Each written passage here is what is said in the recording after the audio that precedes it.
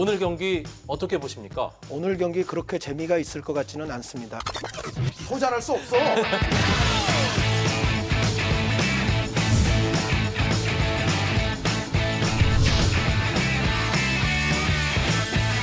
two, three, take my hand and come with me because you look so fine that I really want to make you mine. 안녕하십니까? 힙판사판 스포츠 토크 이광용의 옐로우카드. 대한민국 최고의 야구 기자 두 분과 함께합니다. 이재국, 이용균, 리쌍의 야구 이야기 지금 시작합니다. 반갑습니다. 12월입니다. 12월. 벌써 한숨이 한 해 한 해 더 깊어서. 근데 이번에는 네. 이 시리즈가 늦게 끝나다 보니까 정말 12월이 금방 왔어요. 네. 시리즈 끝나면 되게 한 달 정도의 여유가 있고 그동안 정규 시즌 결산도 하고 그래야 되는데 정규 시즌 결산할 틈도 없이 그냥 휙 하고 12월까지 있어버리는. 40대 후반으로 접어드는 느낌이 어떠십니까? 아직은 중반이라니까. 그나저나 두 분이 지난주에 엄청나게 바쁘셨을 것 같아요. 지금이 비시즌 맞나 싶을 정도로 어마어마한 야구 기사가 지난 한 주간 쏟아져 나왔습니다. 바쁠 줄 알았는데 사실은 안 바빴어요. 왜요? 잠깐만 바빴어요. 26일 오후 4시 40분부터 오후 11시 40분까지 마지막 날 돼서 맨 처음에 박용택 선수가 발표한 게 4시 43분 40분이 원절이었거든요. 그때부터 7시간 동안 395억 5천만 원어치의 계약이 한꺼번에 완성이 됐습니다. 그때 정신없더라고요, 마지막에. 그러니까 기사를 우린 써야 되잖아요. 우리 입장에서는 이제 기사를 그 각 선수마다 하나씩 다 쓸 수 없으니까 몰아서 써야 되는데 이렇게 썼다가 다시 더 큰 금액 나오면 다시 바꾸고 위에 바꾸고 뭐 이렇게 하는 과정도 굉장히 복잡했습니다. 그나저나 FA도 FA인데 KT의 그 보호 선수의 지명도 크나큰 뉴스를 만들었습니다. 지난 한 주 동안 여러 야구 뉴스 참 많이 나왔는데 이용균에게 지난주의 뉴스는 뭔가요? 그러니까 최정 선수가 최고액이라는 것은 뭐 어느 정도 예상이 가능했는데 생각보다 많은 선수들이 소속 구단에 남았고 굉장히 많은 이 변화가 있을 거라고 그냥 생각을 했거든요. 금액이 깜짝 뉴스였군요. 금액도 깜짝 뉴스. 그리고 이대영 선수가 KT 가더라고요. 정말. 지금 KT가 지금 여기 들어왔어요. 네. 그 골든글러브 후보도 배출한 구단이기 때문에 그렇죠. 들어와야 그러네요. 되는 것 같다는 거예요. 네. 이대영 선수가 KT 팀 옮기면 KT 역사상 최초의 골든글러브 수상자가 될 가능성 있죠. 쓸 수도 있죠. 있을 수 있어요. 네. 없지는 않죠. 없지는 해서 왜 이렇게 소리가 커져요? 이재국 기자에게 지난주 최고의 뉴스는 뭐였어요? 장원준 선수가 88억 원을 제의를 거절하고 시장으로 나갔다는 그 부분이 좀 그만큼 싫다는 거겠죠? 여러 가지 이유가 있어요. 좀 네? 말하기 좀 어렵지만 여러 가지 이유가 있어요. 단순히 롯데가 싫은 것만은 아니에요. 그렇죠. 그러니까 권혁 선수가 32억 원에 하나로 갔다는 거는 불펜에 거의 그 원포인트라 1이닝 정도 던지는 투수가 이제는 그 대우를 받고 가치가 있는 공 하나에 선수로 얼마다 이게 사실은 권혁 선수가 기준이 또 될 것 같은데. 그렇죠. 네. 그러니까 안지만 선수가 65억 원, 권혁 선수가 32억 원, 둘이 합해서 거의 뭐 100억 원 가까운. 그러니까 예전에는 선발과 마무리만 대우를 받고 사실은 중간에 있는 선수들은 그 연봉이라든지 이런 데서 다 찬밥되었거든요. 근데 그 선수들이 이제는 어느 정도 레벨만 되면 대우를 받을 수 있는 시대가 왔다. 중간에서 던지는 투수들이 그 정도 대우를 받는다. 그런데 배영수는 아니 그러게요. 푸른 피에이스는 피 색깔을 바꾸게 되는 것 같은데 그래서 뭐 이 방송이 나가는 무슨 색으로 바꾸나요? 오렌지. 방송이 나가는 시점에 이제 뭐 계약이 돼 있을지. 빨간색? 뭐 오렌지가 될지. 와인색? 예. 그리고 뭐 다시 또 복귀를 할지 뭐 그거는 아직 뭐 저기 방송 나가는 시점 되면 어느 정도 윤곽이 나오지 않을까 네. 그런 생각이 듭니다. 이렇게 비시즌에도 야구 뉴스는 쏟아져 나옵니다. 옐로카드는 비시즌에도 수많은 야구 이야기들을 모아서 여러분과 함께 하는데요. 본격적인 19단 체제가 됐습니다. 우리 옐로카드 그래픽도 이제 꽉 화면이 찼고요. 진짜네요. 그만큼 또 이야기거리도 많아집니다. 그런데 아직 야구판에 구식인 게 좀 많아요. 82년 체제. 예. 30년 넘게 제대로 안 바뀌고 지금 야구를 한 지 몇 년인데 라는 그런 얘기가 나올 정도로 뭔가 좀 답답한 것들이 많아서 오늘은 저희가 19단 체제 프로야구 제발 이건 좀 바꾸자라는 이야기를 준비해봤습니다.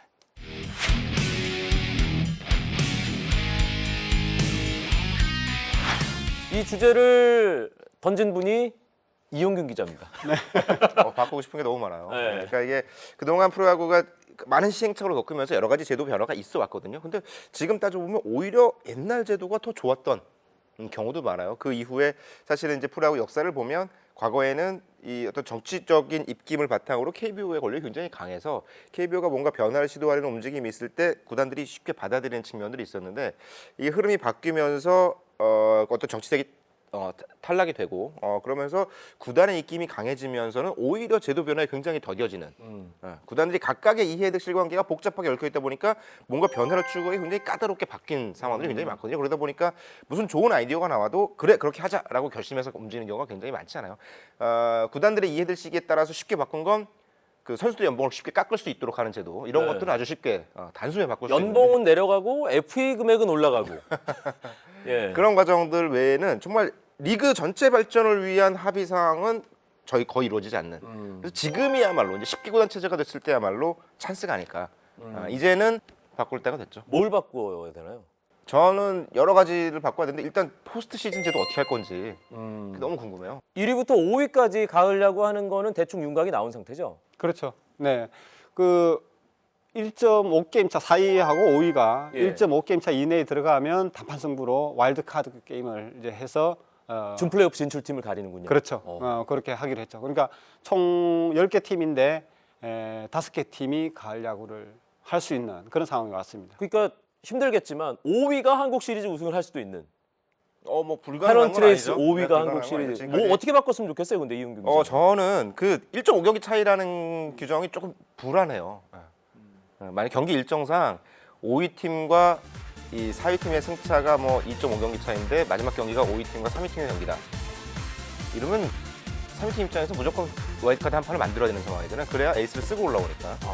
그러면 이게 또 이겨도 이상하고 저도 이상하는 아주 복잡한 마지막 근데 그거는 뭐 어느 제도나 다 마찬가지 아닌가요? 그런 승차에 대한 제한을 없애는 게 저는 맞다고 생각을 해요.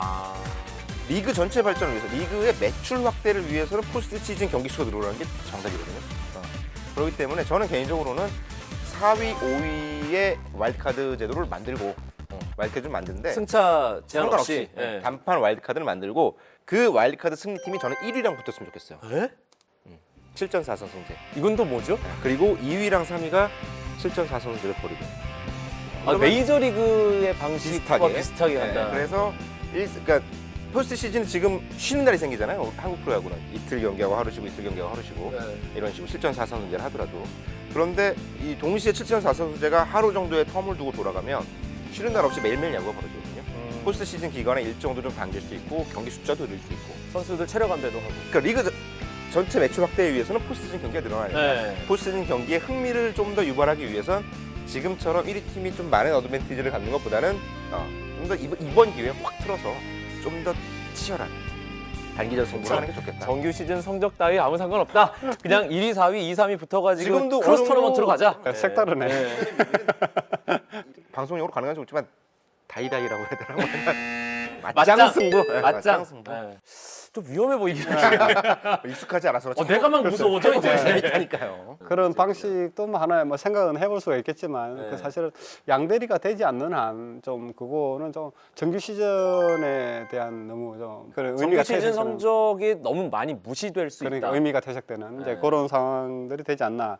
그래서 이제 이 사실 5위를 이렇게 넣어야 되냐 말아야 되나 여기에 대한 논란은 있을 것 같아요. 5위 싸움 그러니까 1.5게임 차 게임 이용주 기자는 뭐 게임 차도 없애야 된다라는 말씀을 하셨는데 사실상 저 같은 경우는 5위가 과연 포스트 시즌을 경쟁을 할 수 있게 이렇게 해야 되냐 약간 의문은 있어요. 근데 1.5게임 차로 해서 단판 승부를 부린다 그러면 그거는 어느 정도 좀 재미를 여러 가지 효과들을 가지고 오지 않을까. 그 정도는 납득할 수 있다. 그거는 네. 4위하고 5위하고 1.5게임 차 들어가냐 마느냐가 굉장히 마지막 시즌 막바지에 관심을 가지고 갈 수가 있고 또 하나의 관심거리가 될 수 그리고 있으니까. 6위, 7위 팀의 팬들까지도 거기에 경쟁이 갈 수가 있는 그런 가능성이 높아지잖아요. 그런 부분. 그러니까 4위 팀은 1.5게임 차를 떼내기 위해서 최선을 다할 것이고 지금 포스트 시즌에서 3위하고 4위가 지금 그동안 이렇게 준플레이오프 붙었잖아요. 근데 3위가 일찌감치 그 게임 차가 벌어져 있으면 올해 NC같이 그렇게 돼버리면 사실상 3위 팀 재미가 없어지거든요. 2위 올라갈 수 있는 상황도 아니고 4위 될 수 있는 상황도 아니고 이러면 재미가 없는데 그걸 게임차로 벌리냐 마느냐 요 싸움이 벌어진다 그러면 그것 하나에 이제 재미가 붙을 수가 있고 그런 그 장점들이 있습니다. 그래서 내년에 일단 그 제도를 한번 또 시행을 해보고 문제점이라든지 여러 가지 좀 생각들을 해보고 앞으로 또 제도 개선을 생각을 해봐야 되지 않나. 저는 그런데 이렇게 1위하고 4위가 이렇게 붙을 수 있는 그게 가능한가? 아니 저도 얘기를 그 부분에서는 들어보니까 이거 재국이 형 의견이 좀 재밌는데 이거. 재미는 있을 것 같긴 아니 한데. 아니 이 양반이랑 같이 올해 한 해 또 야구 이야기를 하니까 상당히 좀 기피하게 되는 게 있어요. 그러니까 포스트 시즌에 대한 가중치를 어느 정도 생각하느냐에 따라 이 의견에 대해서는 찬반이 좀 갈릴 수 있겠네요. 그렇게 하는데 뭐 물론 매출 증가도 필요한 부분이고 리그에 그러니까 돈이 최고다 이거죠. 아, 그렇죠. 그거는 중요한 부분이죠. 아, FA가 너무 비싸. 근데 그게 지금 문제가 포스트 시즌 그 수익을 이렇게 올리는 건 좋은데 그 돈이 다 어디로 가느냐 이 부분에 대해서는 생각을 해봐야 어디로 되거든요. 가나요? 그 일반 팬들은 KBO가 먹는 건 줄 알아요. 그거. 게임을 안 먹어요. 근데 KBO가 가져가는 거 없어요. 그냥 대회를 진행하는데 필요한 경비만 빼고 나머지 돈은 다 구단이 포스트시즌 간 구단들이 다 나눠 갖는 거거든요. 근데 그 나도 가지면 그 돈이 어디로 가느냐? 선수들 보너스로 가요. 근데 선수들 보너스 가는 그 비율이 메이저리그라든지 일본에 비하면 굉장히 크다. 물론 뭐 선수들이 노고를 뭐 취하기 위해서 배가 아프신 건가요? 아니요, 그건 아니라 네. 이거는 리그의 발전을 위해서 저는 이 부분은 사실 크게 좀 생각을 다시 해가지고 구단들이 좀 제도 개선을 해야 되지 않나 싶은데 이거는 KBO에 사실은 돈이 가야 돼요. 코스 일정 부분 그래야 KBO 사무국이 돈이 있어야 앞으로 발전을 위한 그런 뭐 그들을 만들어 나갈 수가 있거든요. 메이저리그 사무국에서 돈이 있으니까 무슨 MLB.com도 만들고 막 사업도 하고 그렇게 하잖아요. 근데 KBO가 돈이 없어요. 그냥 다 구단이 나눠주고 중개권이 있으면 다 나눠주고 그리고 회비를 받아서 운영하는 그런 지금 상황이고 아 KBO가 따로 뭔가 수익 구조를 만들 수 있는 그게 많지 않군요. 그렇죠. 아니, 만들 수는 있는데 벌면 버는 대로 다 구단에 나눠주는 시스템이에요. 그렇죠. 그러니까 n분의 1로. 그렇게 해서 또 n분의 1로 회비를 받아서 운영을 하기 때문에 구단의 입김에서 지금 자유로울 수 없는 그런 상황이고 리그 사무국이 상당히 강력한 그런 힘을 가지고 움직여야 되는데 회원사들의 이해득실에 따라서 항상 그 정책이 뒤처지는 이용민 기자가 처음에 얘기했던 그 부분이랑 맞닿아 있네요, 이건. 아니 그러고 보니까 KBO가 해야 할 일들, KBO가 할 수 있는 일들 가운데 지금 안 되고 있는 게 꽤 많잖아요. 아 물론이죠. 네. 네. 지금 일단 통합 마케팅도 안 되고 있잖아요. 네. 그러니까 메이저리그 같은 경우에는 외신 기사를 보시면 알겠지만 일정 기간이 되면 누구 유니폼이 제일 많이 팔렸나 순위가 나옵니다. 이 순위가 나올 수 있는 건 MLB 사무국이 전체 메이저리그 기념품 판매에 대한 통계를 수집할 수 있어서 그래요. 지금은 사실 구단 기념품 판매 방식도 주먹구구식이고 약간은. 기념품 만드는데도 다 다르고. 네, 그러니까요. 예. 그러니까 집계가 될 수가 없는 우리는 거죠. 없어요. 구단도 사실 잘 몰라요. 그것도 또 하나의 이야기거리인데. 그러니까 사실은 통합 마케팅을 펼치면 지금같이 규모가 10개 구단 체제로 규모가 커진 상황에서 통합 마케팅을 할 경우에 얻을 수 있는 것들이 굉장히 많거든요. 그러니까 유니폼에 대한 어떤 퀄리티를 유지하는 그런 관리들 이런 것들도 실제로 잘 이루어질 수 있고 그리고 제작 단가가 훨씬 줄어듭니다. 그렇죠. 유니폼 지금은 근데 우리는 다 매년 구단들이 아웃도어 회사들이랑 계약을 하잖아요. 그 회사에서 유니폼 만들고 뭐 이렇게 팔고 하는데 그 부분도 통합돼야 되고 지금 우리 티켓 판매도 각 구단별로 따로따로 해요. 페넌트 레이스는 구단이 네. 관리를 하고요. 각각 관리를 해요. 네. 이것도 통합이 돼야 한 군데서 어떤 표든지 어떻게든 다 살 수 있는데 아하. 지금도 그게 통합 관리가 안 돼. 지금은 롯데는 자체 개발 시스템을 자체가 개발한 시스템을 이용을 하고 몇몇 구단은 기존 유명한 회사들 있잖아요. 그 회사 유명하고 대행 업체들. 이렇게 복잡하게 나눠져 있는데 그래서 이 티켓을 통합하게 되면 표 관리도 훨씬 쉬워지거든요.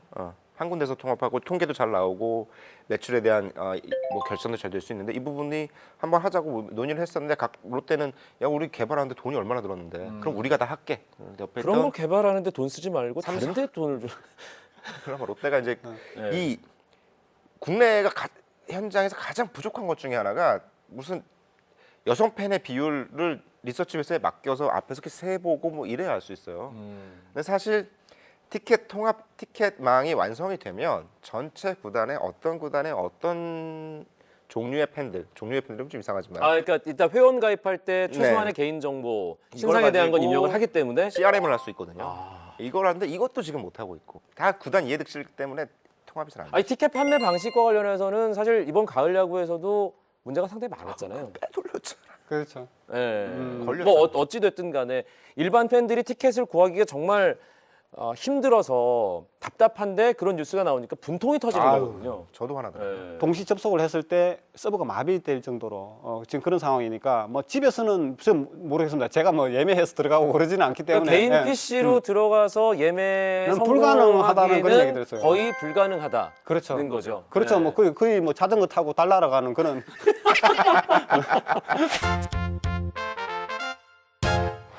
일부러 뭐 그러니까 랜이 빠른 그 회사에 가서 뭐 그렇게 접속하는 사람들도 있고 사실 그렇더라고요. 뭐 그런 얘기 PC방이나, 많잖아요.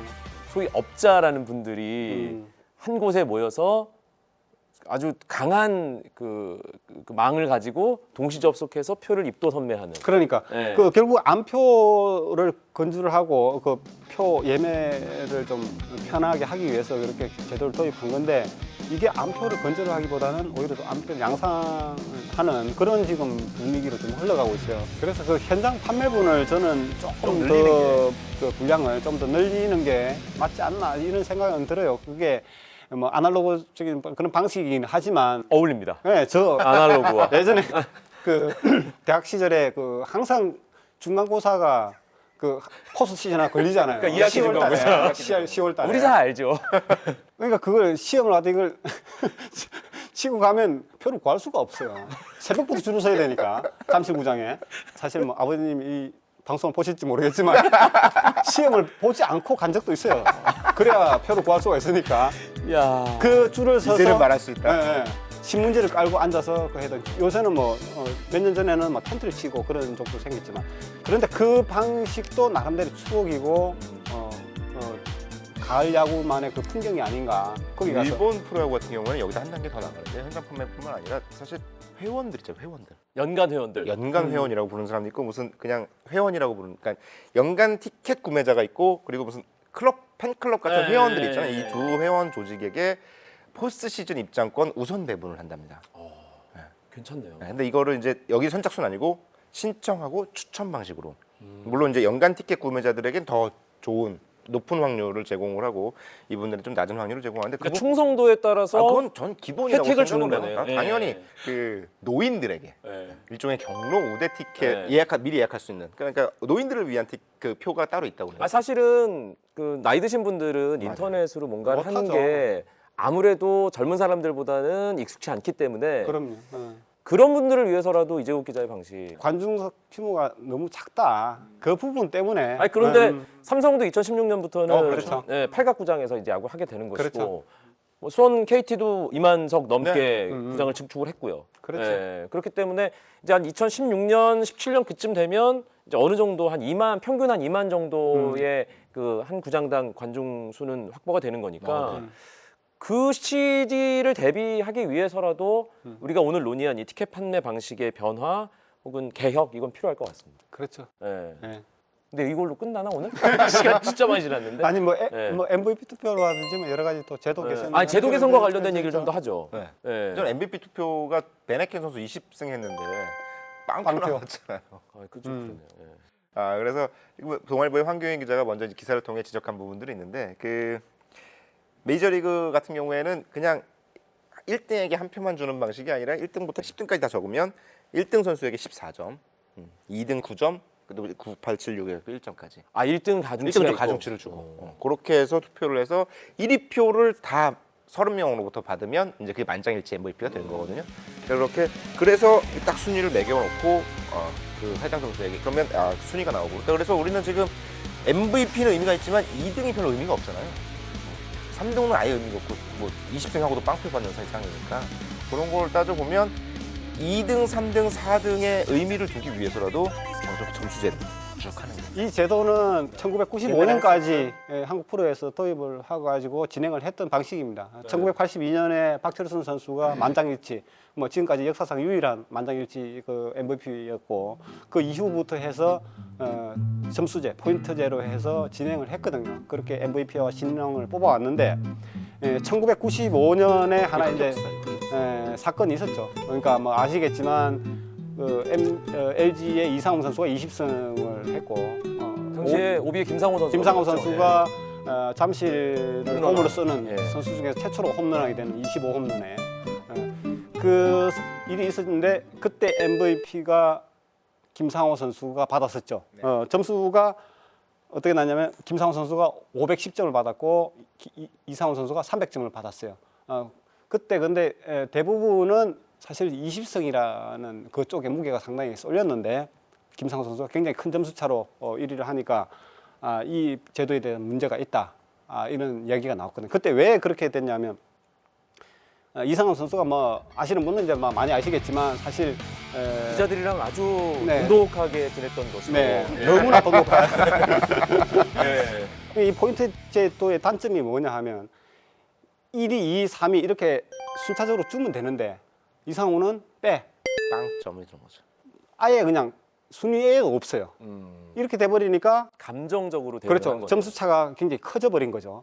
이런 부분들 때문에 포인트제보다는 그냥 표로 가자. 물론 뭐 대부분의 기자들이 이제 뭐 객관적으로 투표를 하긴 하지만 그동안 해왔지만 그 사건이 생기고 나서부터 이거는 문제가 있다 해서 이제 바꾸게. 그 문제 의식은 지금도 유효한가 이재국 기자는? 없어졌어요. 이제 그 방식 그때하고 지금하고 좀 많이 달라요. 그때는 사실은 그 어떤 이제 언론사의 고창급 기자가 이렇게 해 저렇게 하면 그 일괄적으로 그 회사가 투표를 하는 아래에 있는 네. 후배 기자들은 다 따라야 되는. 따라야 지금 되는. 그 고참급 기자잖아요 이재국 기자가. 그렇죠. 이 포스트 시즌 가면 후배들 딱 모아놓고 야 넌 뭐 하고 넌 뭐 하고 넌 뭐 하고 넌 뭐. 그 일 지시할 때 그러겠죠. 근데 지금은 기자들한테 나눠줘요. 나눠주고 회의도 하고. 그리고 뭐 어느 정도 이렇게 분배도 하고 그렇게 하는데 그 제도를 개선할 수 있는 방법은 있어요. 왜냐하면 지금은 뭐 전자 시대잖아요. 되니까. 네. 그 골든글러브 투표는 다 각자가 홈페이지에 접속해서 메일을 하는 거죠. 받아서 메일을 이렇게 받아서, 해서 투표를 하거든요. 일부러 받아서. 네. 물론 그렇게 해도 예상외의 결과가 다 나오기도 하지만 그런 부분들이 어느 정도 이제는 좀 어떤 특정 회사의 그러니까 여론에 따라서 이렇게 움직이는 그런 상황들은 이제 많이 이제 줄어들 수가 있다.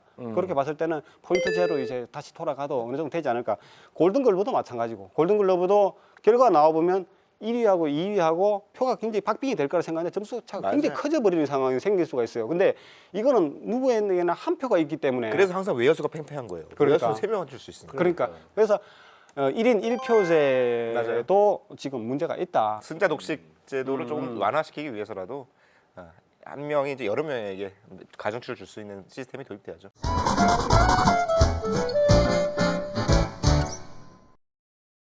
오늘 저희가 19단 체제 프로야구 제발 이제는 좀 바꾸자라는 주제로 이야기를 풀어나가 봤는데요. 생각보다 할 이야기가 많습니다. 그렇기 때문에 오늘 1부로 하고요. 네. 예, 다음 시간에 2부를 저희가 또 꾸며보도록 하겠습니다. 이야기를 마치기 전에 다음 주 화요일에 뭐가 있죠? GG. 골든글러브 시상식이 있습니다. 골든글러브 핀치기 수상자를 맞춰주세요. 네. 예. 이용균 기자의 예상은 늘 궁금합니다. 정말 궁금해요. 네, 뭐 포지션을 투수. 표준 투수. 얘기죠. 저 베네켄이 무난하게 그래도 MVP 빵표 받았는데 베네킨 못 받는 거 아니에요? 받아야 되는데. 페네켄 동의? 네.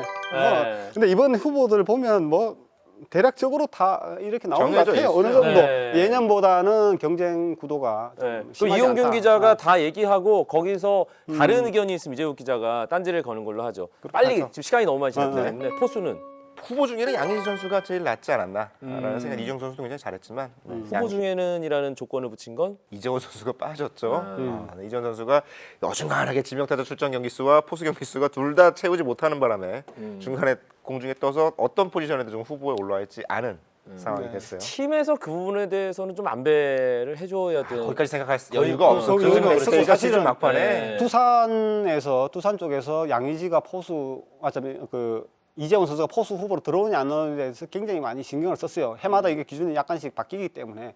근데 두산은 알고 있었군요. 네. 포수는 양의지 쪽으로. 네. 그러면 1루수는? 1루수는 52개 홈런을 친.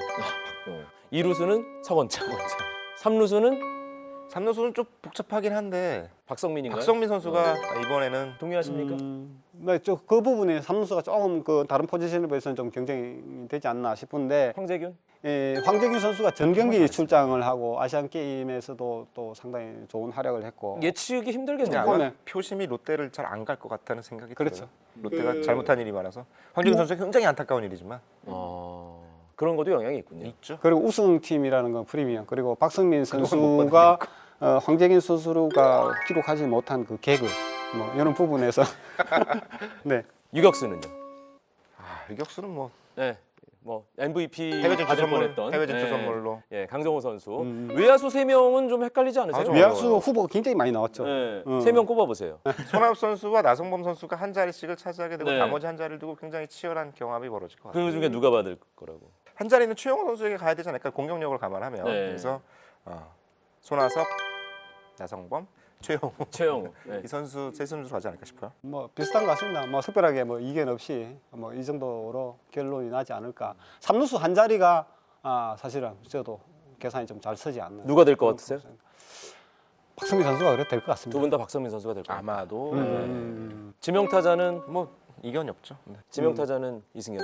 사상 최초로 9차례 골든글러브를 받는 선수가 될 것 같고 홍성훈 선수가 뭐 올해 뭐 경쟁을 하겠지만 홍성훈 선수는 올해 성적은 이승엽 선수에게 부족하다. 참고로 골든글러브 시상식은 12월 9일 오후 5시 KBS를 통해서 진행자 굉장히 훌륭하신 분이라고 네. 하셨어요. 네. 어렵게 뭐 섭외를 하셨다는 테니스 선수 출신 방금 동남아 공연을 마치고 축구 오셨다고 그래요. 캐스터가 골든글러브 시상식 진행을 한다. 방금 동남아 갔다 오셨다. 방송을 통해서 확인하시죠. 네. 한 줄 요약. 이제 프로야구가 정말 19단 체제 새 부대 새 수를 담아야 되잖아요. 그러니까 새 수를 담기 위해서는 새 부대 이참에 정말 많은 걸 바꿀 수 있었으면 좋겠습니다. 새로운 그 시대가 왔습니다. 그래서 새로운 야구, 새로운 제도들 그리고 팬들한테 더 얼마나 가까이 다가갈 수 있는 제도가 될지 그런 부분에 대해서 좀 더 많이 고민을 하고 수정들을 좀 해나갔으면 좋겠습니다. 19단 체제 프로야구 이제는 제발 좀 바꾸자. 오늘 저희가 1탄으로 여러분과 함께했습니다.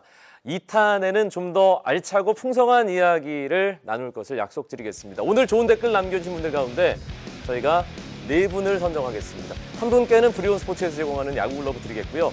3분께는 골든글러브 피무치 동참을 부탁드립니다. 전부 다 맞춰주신 분들 가운데 저희가 3분 선정해서 여러분이 원하는 골든글러브 수상자의 사인볼을 드리겠습니다. 댓글 말머리에 원하는 선수의 이름을 남겨주시기 바랍니다. 댓글 이벤트는 이번 주말까지 진행하도록 하겠습니다. 여러분 고맙습니다. 리제국.